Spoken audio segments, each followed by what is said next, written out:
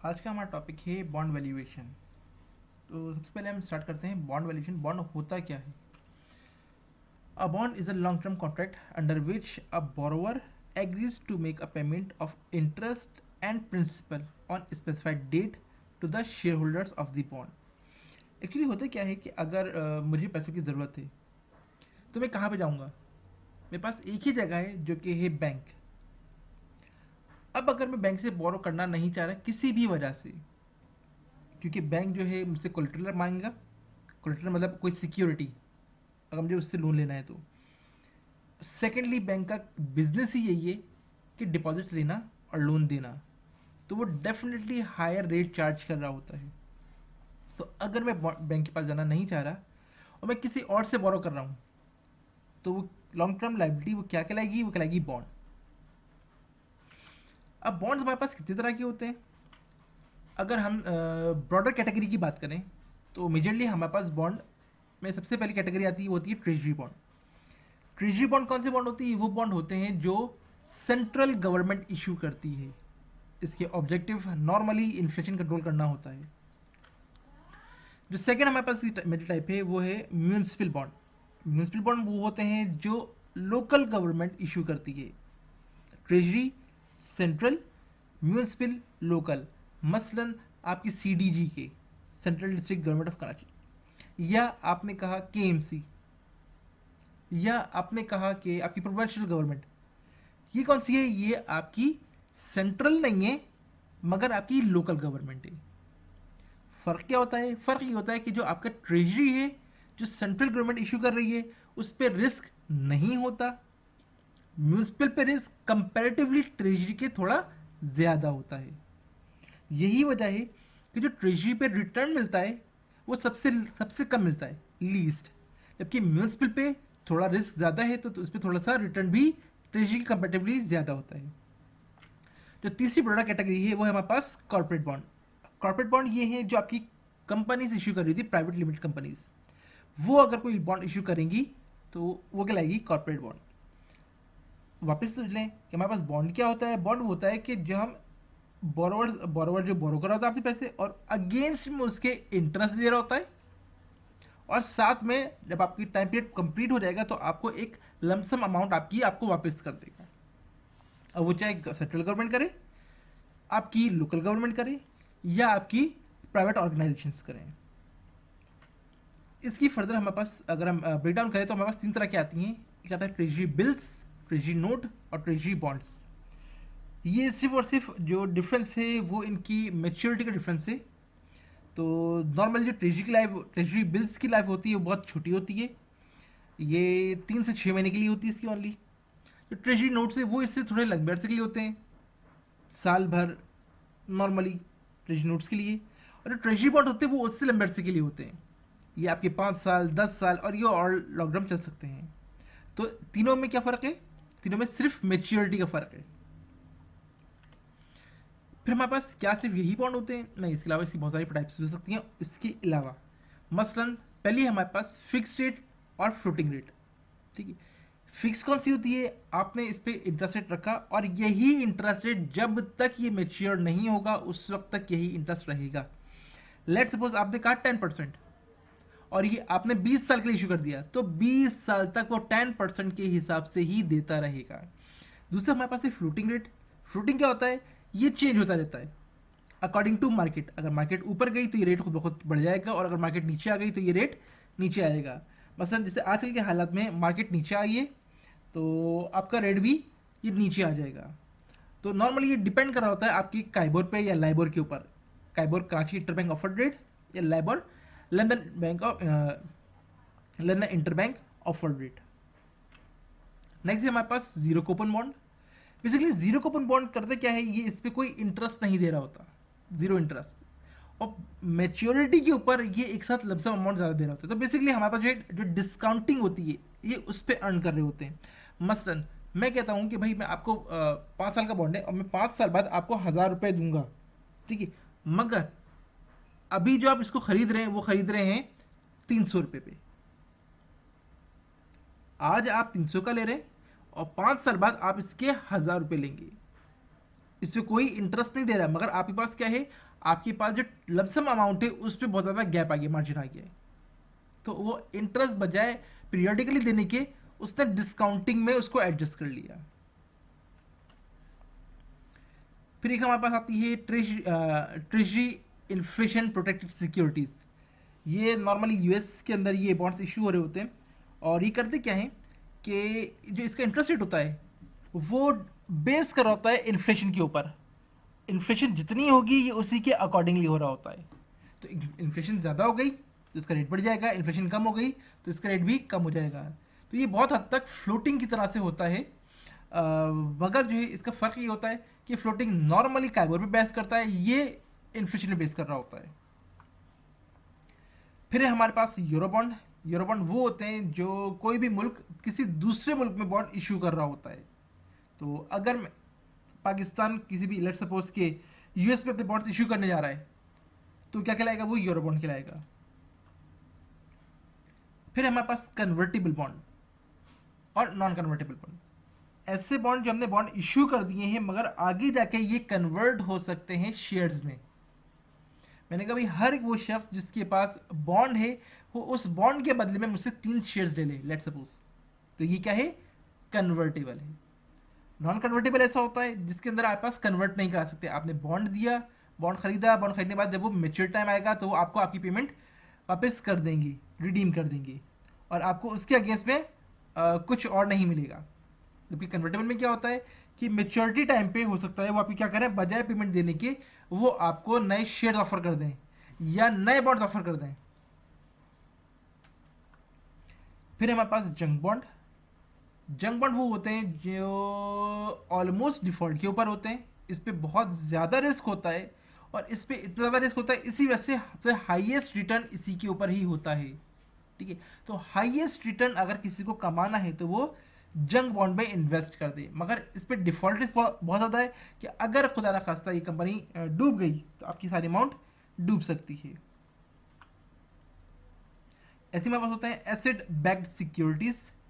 ये वो सिक्योरिटीज होती हैं कि जिनकी बैक के ऊपर कोई ना कोई एसेट होता है। तो इसमें आपका जो रिस्क होता है वो बहुत कम हो जाता है, वो डिक्रीज हो जाता है। लेट सपोज मैं सिक्योरिटी इशू कर रहा हूँ, अब मेरी एक नई कंपनी है। अब जो भी लोग हैं वो मेरे पास क्यों इन्वेस्ट करेंगे, रिस्क है, मैं नया बंदा हूँ। तो मैं क्या करता हूँ, मैं कहता हूँ भाई मेरे पास एक बिल्डिंग है, ठीक है, इन केस अगर मैं इस बॉन्ड की पेमेंट नहीं कर सका तो मैं ये बिल्डिंग बेच के आपको आपकी पेमेंट वापस कर दूंगा। तो अब लोगों के पास एक सेफ्टी श्योरिटी आ गई, सिक्योरिटी आ गई है कि भाई अगर इनके पास इनमें पैसे नहीं होंगे तो ये बिल्डिंग बेच के भी पेमेंट कर देंगे, तो ये डिफॉल्ट नहीं हो सकती, तो हमारी पेमेंट डूबेगी नहीं। तो ये सिक्योर्ड पेमेंट हो जाती है। तो यही वजह है कि जब इसकी सिक्योरिटी बढ़ जाती है तो इसका जो रिटर्न होता है, जो इसका मार्केट रेट होता है, इसका कूपन रेट होता है, वो भी डिक्रीज हो जाता है। फिर हमारे पास आते हैं सीनियर बॉन्ड और सबऑर्डिनेट बॉन्ड।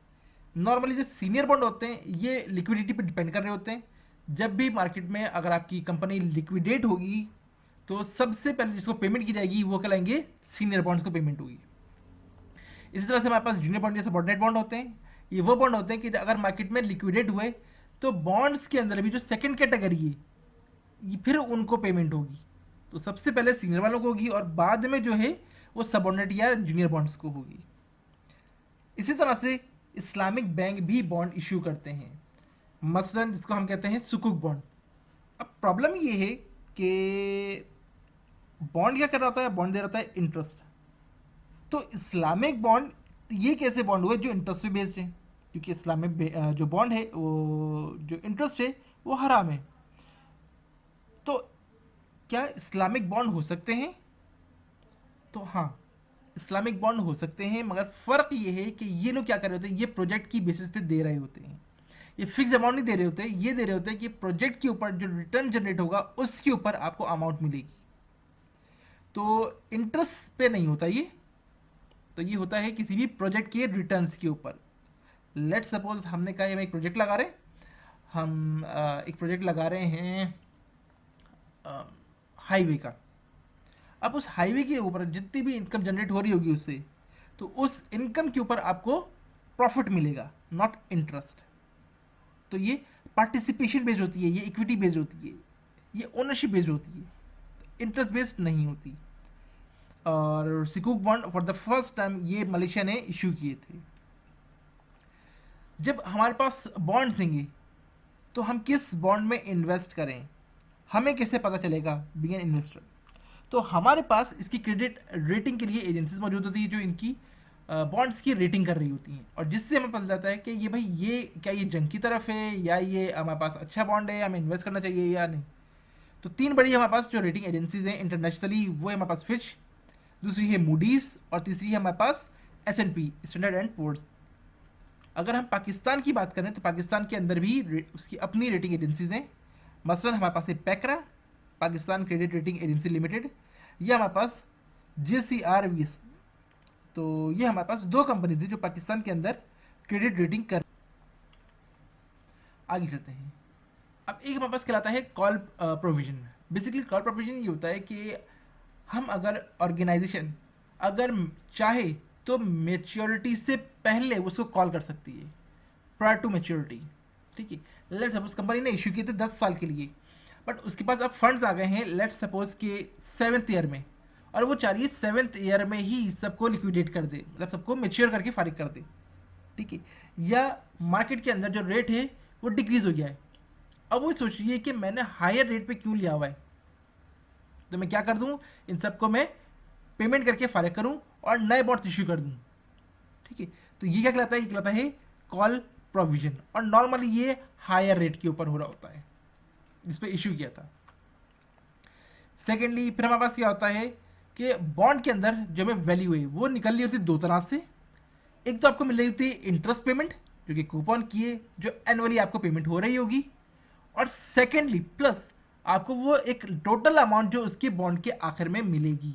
लेट सपोज एक बॉन्ड है जो इशू हुआ है, इसकी पार वैल्यू है आपकी 1000, और उस पर 10% मार्कअप है या कूपन है, तो इसका मतलब हो गया कि 100 रुपीज़ या $100 वो क्या करेंगे, वो एनुअली आपको पे करते रहेंगे एज अ इंटरेस्ट के तौर पे, और आपको एक जो लमसम टोटल अमाउंट है 1000 वो आपकी 5 साल बाद आपको वापस कर देंगे। तो आपके पास दो सीरीज ऑफ पेमेंट आ रही होती है, एक इंटरेस्ट पेमेंट आ रही होती है और दूसरी एक लमसम पेमेंट आ रही होती है। तो इंटरेस्ट के लिए हम एनविटी यूज करते हैं और लमसम के लिए हम सिंगल सम यूज करते हैं। फिर हमारे पास जो इससे बहुत बड़ा डिफरेंस आता है वो आता है एक्सपेक्टेड रेट से। अगर मार्केट में एक्सपेक्टेड रेट हमारे पास चेंज हो रहा है, अगर फॉर एग्जाम्पल हमारे पास मार्केट में एक्सपेक्टेड है कि ये बढ़ जाएगा, तो बॉन्ड की यील्ड पे क्या फर्क पड़ेगा, ये कम हो जाएगा तो बॉन्ड की यील्ड पे क्या फर्क पड़ेगा। तो एक्सपेक्टेशन से बहुत ज़्यादा फर्क पड़ रहा होता है कि अदर वो नीचे जाने वाला है ऊपर जाने वाला है, तो इससे बॉन्ड के ऊपर बहुत इफेक्ट पड़ रहा होता है। फिर हमारे पास है कॉलेबल बॉन्ड। कॉलेबल बॉन्ड का मतलब वही है कि हम क्या कर लेते हैं, हम बॉन्ड को कॉल कर लेते हैं, कॉल प्रोविजन है, मगर क्या है यील्ड टू कॉल। अगर हम कॉल कर लेते हैं तो उसके रेट पे क्या फर्क पड़ता है, ये यील्ड टू मेच्योरिटी था कि भाई इसके टोटल यील्ड क्या बनेगी, क्या परसेंटेज बन रहा होगा, क्या रेट बन रहा होगा, मार्केट रेट होगा, और यील्ड टू कॉल अगर मैं पहले कॉल कर लेता हूं तो इसका रेट क्या बन रहा होगा। फिर हमारे पास है इंटरेस्ट फ्री रेट, जिसे हम कहते हैं RF, ठीक है, या रिस्क फ्री रेट। तो नॉर्मली जो भी आपका ट्रेजरी बॉन्ड या ट्रेजरी बिल या ट्रेजरी इशू कर रहा होगा वो कैसा होगा, वो इंटरेस्ट फ्री होगा, और सबसे कम जो आपको इंटरेस्ट दे रहा होगा वो यही होता है।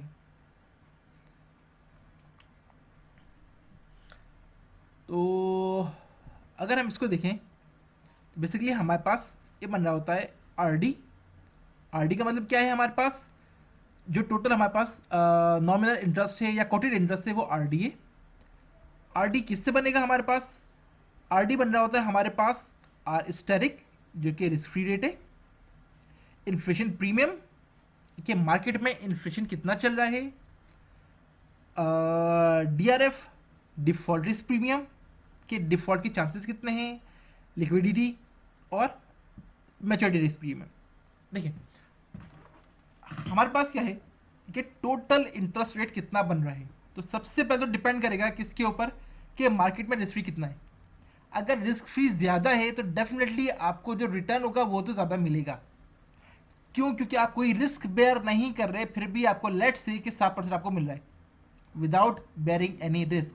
मगर अगर आप किसी कॉर्पोरेट में इश्यू करते हैं, कॉर्पोरेट में अगर आप डील कर रहे हैं तो वहाँ रिस्क मौजूद है, तो उसका रेट डेफिनेटली क्या होना चाहिए, इस रिस्क फ्री से ज़्यादा होना चाहिए। ठीक है। सेकेंडली, फिर आपका है इन्फ्लेशन प्रीमियम। अगर इन्फ्लेशन बढ़ रहा है तो आप क्या कहोगे कि भाई मुझे ज़्यादा रिटर्न चाहिए, तो आपको ज़्यादा रिस्क चाहिए होगा इन्फ्लेशन के अकॉर्डिंगली। फिर आपके पास क्या होता है, डिफॉल्ट रिस्क। अगर किसी पर डिफॉल्ट रिस्क ज़्यादा है, याद करें जंग बॉन्ड थे तो क्या था, डिफॉल्ट रिस्क था, भाई हो सकता है वो पेमेंट ना कर पाए। तो इस डिफॉल्ट रिस्क के लिए क्या करना है, मुझे ज़्यादा रिस्क या ज़्यादा मैं प्रीमियम चार्ज करूंगा उसके अगेंस्ट में। फिर है लिक्विडिटी प्रीमियम। लिक्विडिटी क्या होता है कि कोई भी सिक्योरिटी कितनी जल्दी कैश में कन्वर्ट हो सकती है। अगर कोई ऐसी सिक्योरिटी है जिसको ज़्यादा टाइम लगना है कन्वर्ट में, कैश कन्वर्ट होने के लिए, तो आप क्या करेंगे, आप कहेंगे फ़ायदा क्या मुझे इसका। और अगर कोई ऐसी सिक्योरिटी है जो फौरी तौर पे कैश में कन्वर्ट हो सकती है, तो आप चाहेंगे कि नहीं यार ये मुझे मिल जाए, ताकि इनकेस अगर मुझे कभी भी ज़रूरत पड़े कन्वर्ट कराएंगे तो फ़ौरन कन्वर्ट हो जाए। तो इसके लिए क्या होगा, आप कहोगे नहीं भाई मैं ज़्यादा अमाउंट देने के लिए, ज़्यादा रेट देने के लिए भी तैयार हूँ। ठीक है। और अगर लिक्विडिटी नहीं होगा तो आप कहोगे भाई मैं ज़्यादा रेट नहीं, इसके नहीं दूंगा। और आखिर में हमारे पास क्या है, मैच्योरिटी रिस्क प्रीमियम। जितना ज़्यादा लंबे अरसे के लिए आपने इश्यू किया होगा उतना ज़्यादा उस पर डिफॉल्ट रिस्क का बढ़ता जाएगा। तो जितना ज़्यादा टाइम पीरियड होगा तो आप उससे हिसाब से उतना ही ज़्यादा इस पर रेट चार्ज कर रहे होते हो। तो इन तमाम का अगर हम सम कर लें तो हमारे पास टोटल कोटेड या नॉमिनल इंटरेस्ट रेट निकल के आता है। इसे अब एक सवाल देखते हैं हम इसका, कि एक सीधा सवाल है सिंपल सा। 15 ईयर्स हमारे पास क्या है, एक बॉन्ड है जिसकी मेच्योरिटी 15 ईयर्स में होनी है। 15 साल बाद वो क्या होगा, बॉन्ड मेच्योर हो जाएगा, जिसपे जो एनुअल कूपन है वो है 10%, और जो इसकी पार वैल्यू है वो है 1000 का वो है 10%, इस पे इंटरेस्ट रेट है, 15 साल इसकी मेच्योरिटी पीरियड है। तो बताएं इसकी मार्केट प्राइस क्या होनी चाहिए। देखिए, अगर हमें इसकी आज की प्राइस, मार्केट प्राइस आज की, अगर हमें आज की प्राइस निकालनी है तो क्या हो रहा होगा हमारे पास, पहला काम ही कर रहा होगा, हमें दे रहा होगा 10% इंटरेस्ट। कब तक दे रहा होगा, 15 साल तक इंटरेस्ट दे रहा होगा, और प्लस आखिरी साल में ये जाके हमें 1000 वापस रिडीम कर रहा होगा, वापस दे रहा होगा। तो अगर हमें इसकी आज की प्राइस निकाली तो हम हर वैल्यू को क्या करेंगे, आज पे लेके आएंगे। पहले साल 100 का इंटरेस्ट दिया, आज लिया है, दूसरे साल 100 का इंटरेस्ट दिया, तीसरे साल, और हम क्या करते हैं, सारे के सारे जितने भी हमारे पास थे इंटरेस्ट 15 सालों तक हम क्या करते रहे, प्रेजेंट पे ले आए। ठीक है। और आखिरी में हमारे पास लास्ट जो 1000 का था उसको भी फिर हम प्रेजेंट पे ले आए, कि अगर हम टोटल आज की वैल्यू मालूम करें तो कितना होगा, वो 1000 बन रहा होगा। तो हमेशा याद रखें इसकी जो पार वैल्यू होती है वो होती है 1000। अगर वो 1000 से कम दे रहा है, मार्केट वैल्यू इसकी 1000 से कम है, तो इसका मतलब क्या है कि जो मार्केट रेट था वो ज़्यादा चल रहा है और आपका जो कूपन रेट है वो कम है। अगर इसकी वैल्यू 1000 से बड़ी आती है तो इसका मतलब है आपका कूपन रेट ज़्यादा है और मार्केट में रेट कम चल रहा है। और अगर आपका कूपन रेट और मार्केट रेट दोनों बराबर है तो इसका मतलब है इसकी पार वैल्यू और मार्केट वैल्यू हमेशा 1000 ही होनी है। अब हमारे पास यही सवाल है, ठीक है, मगर अब हम क्या कर रहे हैं, अब हम इसकी वैल्यू कैलकुलेट करना शुरू करते हैं। ठीक है, यूजिंग फॉर्मूला। देखिए हमारे पास क्या है, हमारे पास ये इंटरेस्ट है। अब हम क्या करें, हम हर साल के इंटरेस्ट को हम वापस प्रेजेंट पे लेके आते रहे। ईयर 1 हमने उसको डिस्काउंट किया, ईयर 2 डिस्काउंट किया, और कहाँ तक गए, हम ईयर एन तक गए। ये क्या था, ये हमारे पास इंटरेस्ट थे। अब जो फाइनली हमारे पास जो सिंगल सम है, ये सिंगल सम है, और हम कितने एन पीरियड पीछे लेके आ रहे हैं, डिस्काउंट कर लें। ठीक है, तो यह हम इसको सिंप्लीफाइड करें कि समीशन, हम तमाम इंटरेस्ट का डिस्काउंट रेट पे सम कर लें और एक सिंगल वैल्यू हम क्या कर लें, मैच्योरिटी पीरियड की, हम उसको डिस्काउंट कर लें। अगर हम आसान अल्फाज में बात करें तो ये जो पूरा का पूरा फैक्टर है ये एनवीटी बन रहा है, प्रेजेंट वैल्यू एनवीटी। ठीक है, और ये जो बन रहा है हमारे पास ये सिंगल सम बन रहा है। तो अगर हम फॉर्मूला यूज करें तो क्या हो रहा होगा हमारे पास, कि हम क्या करें, प्रेजेंट वैल्यू ऑफ एनवीटी का फॉर्मूला लगाया हमने इंटरेस्ट के ऊपर। देखिए 1000 का था, 1000 का 10% 100 हमारा इंटरेस्ट बन गया है, तो ये इंटरेस्ट आ गया है। फिर हमने उसका फॉर्मूला लगाया और हमने क्या किया कि 15 साल बाद हमें कितने मिल रहे होंगे, हमें 1000 मिल रहे होंगे। तो 1000 हमने क्या किया, 10% रेट के हिसाब से 15 सालों पे हमने इसको डिस्काउंट कर लिया और एट द एंड अगर हम सबको सम करेंगे तो वापस से 1000 ही बन रहा होगा। तो बजाय ये पूरा का पूरा इतना बड़ा मैं प्रोसीजर करूं, इसके बजाय मैंने क्या कर लिया, इसके बजाय हमने एक सिंपल सा फॉर्मूला यूज़ कर लिया। ये यूज़ किया एन्युटी के लिए इंटरेस्ट की, और ये यूज़ किया हमने सिंगल सम के लिए जो फाइनल हमें अमाउंट मिलनी थी 15 साल बाद उसके लिए। अब सवाल वही है, सवाल ये क्या कह रहा है कि अब फर्ज कर ले कि हमारे पास जो मार्केट इंटरेस्ट रेट है, मार्केट का रेट वो 10% से डिक्रीज होकर 5% पे आ गया है। अगर मार्केट का रेट डिक्रीज हो जाता है तो हमारे पास इसकी मार्केट प्राइस पे क्या फर्क पड़ेगा, क्या वो भी डिक्रीज होगी, इंक्रीज होगी, कांस्टेंट रहेगी, क्या फर्क पड़ना है। तो क्या होगी हमारे पास, देखिए हमारे पास कितना था कूपन रेट 10% था, तो 1000 का 10% तो वही 100 रहा, ठीक है। 15 साल बाद हमें कितने मिलेंगे, वही 1000 मिलेंगे, वो भी वही पे। मगर सिर्फ हमारे पास जो पिछले सवाल में हम जो डिस्काउंटिंग कर रहे थे वो कर रहे थे 10% से, 10% डिस्काउंट कर रहे थे। अब वो 10% डिक्रीज होकर कहाँ आ गया है, वो 5% पे आ गया है। तो अब जब हम इसको लेके आएंगे तो कितना हो गया हमारे पास, ये हमारे पास 1494.93 हो गया है, ठीक है। अच्छा, अब फिर वो याद आती है कि अगर हमारे पास फर्ज करें कि जो हमें कूपन मिल रहा है वो एनुअली नहीं है, वो सेमी एनुअली, तो क्या करेंगे। तो सेमी एनुअली का सिंपल सा फॉर्मूला है, हम इंटरेस्ट हमारे पास साल में 2 बार मिल रहा होगा तो हम टोटल इंटरेस्ट को डिवाइड बाय 2 कर देंगे। इसी तरह से जो हमारे पास रिटर्न था, मार्केट रेट था, हम उसको भी डिवाइड बाय 2 कर देंगे। और साथ में क्या रहेगा हमारे पास पीरियड ट्वाइस बढ़ जाएंगे, 2n हो जाएगा हमारे पास। सवाल है हमारे पास कि 24 ईयर्स के हमारे पास एक मेच्योरिटी पीरियड है, 8% हमारे पास एनुअल कूपन है जो कि सेमी एनुअली पे कर रहा है, और जो फेस वैल्यू है वो 1000 है, ठीक है। तो और जो मार्केट का एनुअल का नॉमिनल रेट है वो है 6%। तो बताएं इसकी बॉन्ड की प्राइस क्या होनी चाहिए, ठीक है। तो पहली चीज़ कि हमारे पास इंटरेस्ट कितना बन रहा होगा, $1000 है, 1000 का 8% कितना हो गया हमारे पास, 80 हो गया है।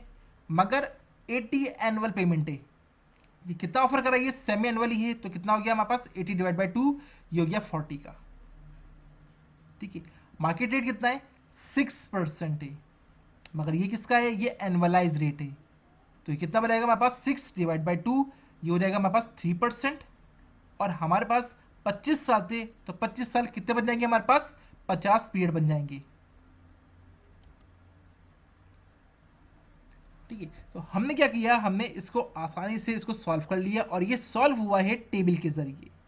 टेबल कैसे देखते हैं, हमारे पास 2 फैक्टर हैं, पहला फैक्टर है हमारे पास इंटरेस्ट का, और दूसरा फैक्टर हमारे पास सिंगल सम का। तो हम एक एक करके देखते हैं। तो इंटरेस्ट हमारे पास कितना है, हमारे पास अमाउंट कितनी है, 80 हमारे पास अमाउंट बन रही थी, 1000 इंटू 8% 80, मगर ये एनुअलाइज थी, सेमी एनुअली हम पे कर रहे हैं तो उसका आधा पे कर रहे हम 40 करके, तो 40 तो ये अमाउंट आ गई है। अब ये रेट कहाँ से आया, देखिए हमारे पास पीरियड कितने हैं, 25 साल है, 25 साल का मतलब कितने पीरियड बन गए, 50 पीरियड बन गए। तो हमारे पास 50 पीरियड है, और कितना हमारे पास इंटरेस्ट रेट है, 6%, मगर 6% साल का है तो सेमी एनुअली कितना हो गया, ये 3%। तो हम देखते हैं present value interest factor of annuity, ठीक है। यहाँ पे हमारे पास सारे ईयर्स आ रहे हैं, और यहाँ हमारे पास इंटरेस्ट रेट आ रहे हैं। तो हमें सवाल में क्या देखना था, हमें सवाल में देखना था 3% और 50 साल। तो हमने देखा कि 50 साल ये आ रहे और 3% ये आ रहा, तो क्या आ गया हमारे पास 25.730। हमें पूरा सॉल्व करने की ज़रूरत नहीं पड़ी। तो 25.730 को हम डायरेक्टली अगर मल्टीप्लाई कर दें 40 से तो हमारे पास टोटल ये फैक्टर निकल के आ जाएगा। हमने पूरा सॉल्व नहीं किया, फॉर्मूला भी यूज़ नहीं किया। प्लस अब हम बात करते हैं इस फैक्टर की, जो सिंगल सम मिल रहा था, कब मिल रहा था, कितना मिला है हमें, 1000 मिल रहा है, तो 1000 ऐसे ही आ गया। कब मिल रहा है, 3% में मिल रहा है, 25 साल बाद, तो 50 पीरियड बाद। तो हमें कितना देखना है, 50 पीरियड, और आई देखना है 3% पे। मगर ये सिंगल सम है तो इस सिंगल सम का हमने फॉर्मूला खोल लिया। तो 50 साल और कितना पीरियड है, कितना इंटरेस्ट है, 3%, तो ये आ गया 0.2281। तो 0.2281 हमने इसको मल्टीप्लाई किया और दोनों को ऐड कर लिया, फौरी हमारे पास आंसर आ गया। तो या तो हम पूरा का पूरा इस तरह से एक एक को अलग अलग करें, या फिर हम उसको आसान कर लें, हम ये पूरा पूरा जो फॉर्मूला है हम एनवीटी का यूज़ कर लें और ये सिंगल सम का यूज़ करें। ठीक है, एनवीटी का और सिंगल सम का यूज़ करें, या हम और भी आसान कर लें और हम किससे यूज़ कर लें, हम टेबल के ज़रिए हम इन तमाम वैल्यूज़ को कैलकुलेट कर लें। तो ये present value interest factor of NVT है और ये सिंगल सम का था present value of interest factor का। नेक्स्ट हमारे पास आता है yield to maturity. Yield to maturity होता क्या है? यील्ड टू मैच्योरिटी होता है कि भाई मैं किस रेट के ऊपर मेरी प्राइस बॉन्ड की प्राइस की बराबर हो जाएगी, किस रेट पे जो मेरी बॉन्ड की प्राइस है, प्रिंसिपल अमाउंट और मार्केट प्राइस है, वो दोनों बराबर हो जाएंगी, किस रेट के ऊपर, ये YTM है। इस रेट को हमें मालूम करना होता है। इसको मालूम करने का आसान तरीका हमारे पास है एप्रॉक्स YTM का फॉर्मूला, C कूपन रेट या interest payment plus F face value मतलब principal value minus price market price upon N maturity period divided by F plus P आपकी principal amount plus market price divide by 2। तो इससे हमारे पास approx YTM निकल आता है।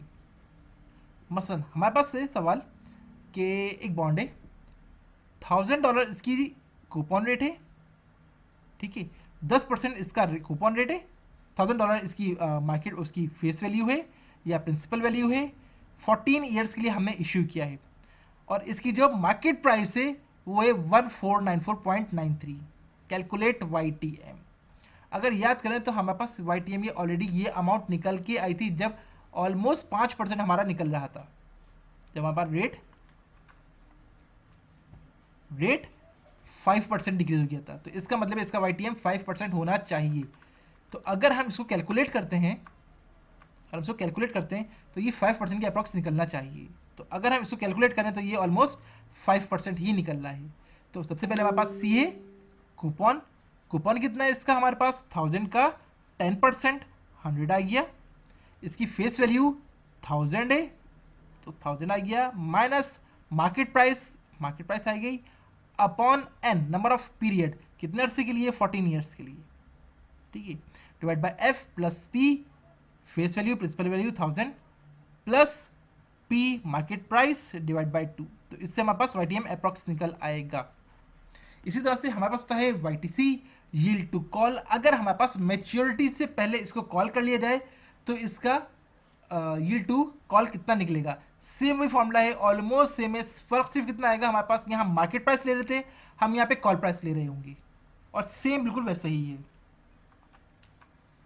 अच्छा, इसके अलावा हमारे पास क्या होता है, एक आता है करंट यील्ड। करंट यील्ड क्या होता है कि भाई हमें कितना रेट ऑफर कर रहा है, कितना हमें मिल रहा है। तो ये क्या मिलेगा हमारे पास, कूपन इंटरेस्ट कि कितना इंटरेस्ट दे रहा है डिवाइड बाय इसकी करंट प्राइस, इसकी प्रिंसिपल अमाउंट नहीं लेनी, करंट प्राइस पे कितना कूपन है। दूसरा हमारे पास है कैपिटल गेन, हमने ये कितने का खरीदा था और मैंने कितने का बेच रहा हूं, तो इसके ऊपर जो मुझे गेन हो रहा है वो कितने का हो रहा है। लेट सपोज मैंने ये खरीदा था 1000 का, अब मार्केट के अंदर इसकी वैल्यू बढ़ गई है और ये हो गया 1200 का, तो मुझे कितना गेन हुआ है, मुझे गेन हुआ है 200 का, ठीक है, 1000 और 1200। तो करंट प्राइस थी इसकी 1200, मैंने परचेज किया 1000 का, तो 200 का मुझे गेन हो गया, डिवाइडेड बाय परचेज प्राइस, कितने का मैंने परचेज किया था, 1000 का परचेज किया था, तो 200 डिवाइड बाय 1000, तो ये ऑलमोस्ट 20% का मुझे कैपिटल गेन आ रहा होगा। और अगर हम इन दोनों यील्ड को ऐड अप कर लें तो टोटल हमारे पास बनता है टोटल यील्ड, ठीक है। देखिए हमें एक तो हम कमा रहे होंगे, दो तरीके से हम कमा रहे हैं, एक तो हम कमा रहे हैं इसके इंटरेस्ट से कमा रहे हैं और दूसरा हम कमा रहे हैं इसके प्राइस के डिफरेंस से। तो अगर हम इन दोनों को एडअप कर दें तो हमारे पास क्या बन जाएगा, टोटल यील्ड बन जाएगा। और अगर हमें परसेंटेज में कन्वर्ट करना है तो हम divide by price multiply by 100 कर लेंगे।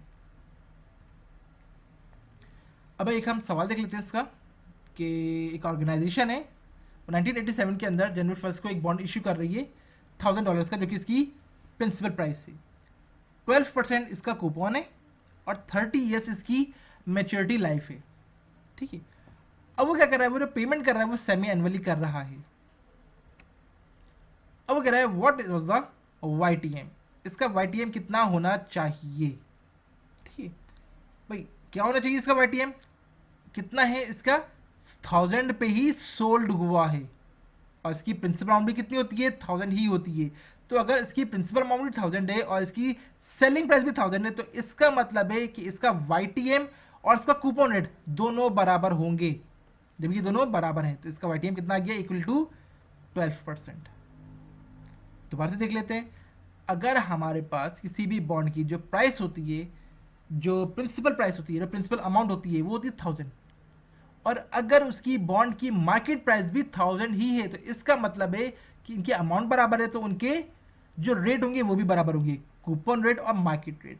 तो जो YTM है इसका, वो भी कूपन रेट के बराबर ही होना चाहिए। तो अगर ये 12% है तो ये भी 12% ही होगा।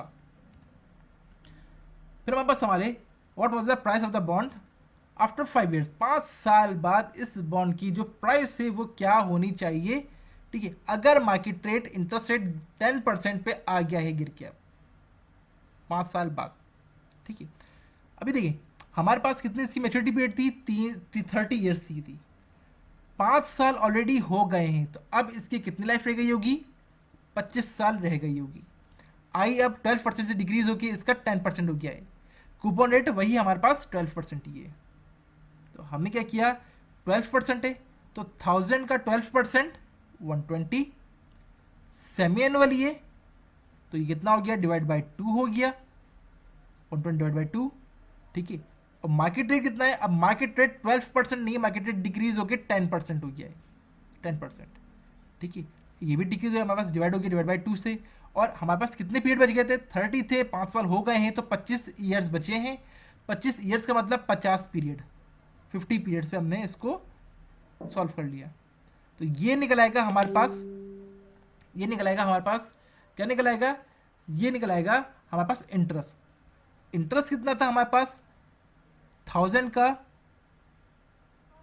12%, तो 120, मगर सेमियन वाली तो 60 की पेमेंट हो रही होगी तो 60 निकल आएगा। ये तो इंटरेस्ट आ गया, plus single sum, single sum कितना हमारे पास 1000 था, 1000 की प्राइस थी, तो 1000 को हम क्या करेंगे 5% की बेसिस पे हम इसको डिस्काउंट कर लेंगे, तो ये कितना रहेगा हमारे पास, ये अमाउंट आ गई, ठीक है। यहाँ पे 10% तो फिर हम 5% क्यों ले रहे हैं, क्योंकि देखें ये रेट जो है ये पूरे साल का होता है, ये सेमी एनुअली पे कर रहा है तो ये भी डिवाइड बाय 2 होगा, ठीक है। फिर हमारे पास क्या है कि भाई करंट यील्ड, कैपिटल गेन और टोटल यील्ड कितनी होगी जो भी इस पार्ट पे हमने निकाली है। तो ये क्या निकल के आई थी, ये इसकी मार्केट प्राइस निकल के आई थी। तो हमारे पास टोटल कूपन कितना मिल रहा है, कूपन मिल रहा है 120 का, मार्केट प्राइस कितनी है, ये मार्केट प्राइस निकल रही थी, डिवाइड कर लिया तो हमारे पास 10.15% हमारे पास करंट यील्ड निकल के आ रहा है, ठीक है। अच्छा फिर हमारे पास क्या है, हमारे पास है कैपिटल गेन। कैपिटल गेन कितना होगा, अब हमारे पास जो टोटल यील्ड है वो कितना हो गया, वो 10% पे आ गया है, टोटल हमारे पास 10% पे आ गया, 12% से डिक्रीज होके। तो इसका मतलब है कि जो टोटल यील्ड है हमारे पास 10% है, और जो हमारे पास करंट यील्ड है वो 10.15 है। तो अगर मैं कैपिटल गेन के लिए क्या करूँ, टोटल यील्ड में से करंट माइनस कर दूँ तो क्या बचेगा मेरे पास, करंट यील्ड बचेगा। इसका मतलब क्या है कि 0.15 मेरे पास जो करंट यील्ड है वो डिक्रीज हो रहा है, ठीक है। तो टोटल यील्ड हमारे पास कितना निकल आया, वो वही 10% निकल के आया है।